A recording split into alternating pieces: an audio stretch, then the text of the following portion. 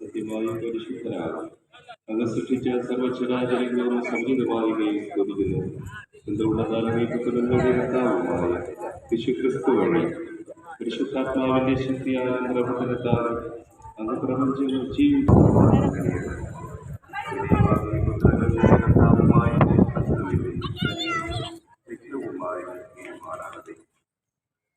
അവിടെ കൊടുക്കപ്പെട്ട രാത്രി അപ്പമെടുത്ത് സുതജ്ഞത പ്രകാശിപ്പിച്ച് കുറച്ച് തന്റെ ശിഷ്യന്മാർക്ക് കൊടുത്തുകൊണ്ട് ഭക്ഷിക്കുന്നു.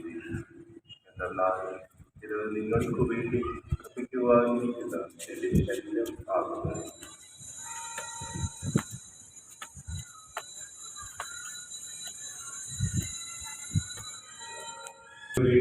അനേകർക്ക് വേണ്ടി